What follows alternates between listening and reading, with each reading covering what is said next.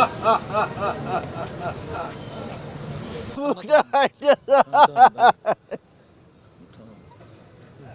বলি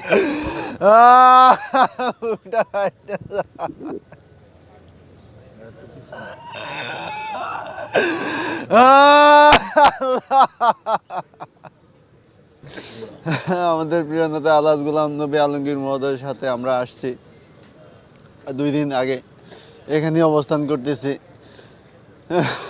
পৃথিবীতে আসলে মা নাই তো কিছুই নাই।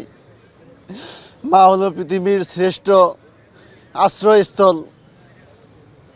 এই মায়ের যে অপূর্ণতা, এটা কখনোই পূরণ হওয়ার নয়। তিনি আমাদেরকে এতিম করে চলে যাচ্ছেন, আজকে তার সমাধি হবে।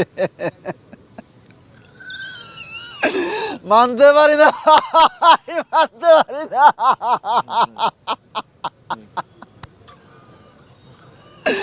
তার সাথে আর কখনো দেখা হবে না, কথা হবে না, 2 চোখে দেখতে পারবো না। আমাদেরকে বিদায় দেওয়া যাচ্ছে।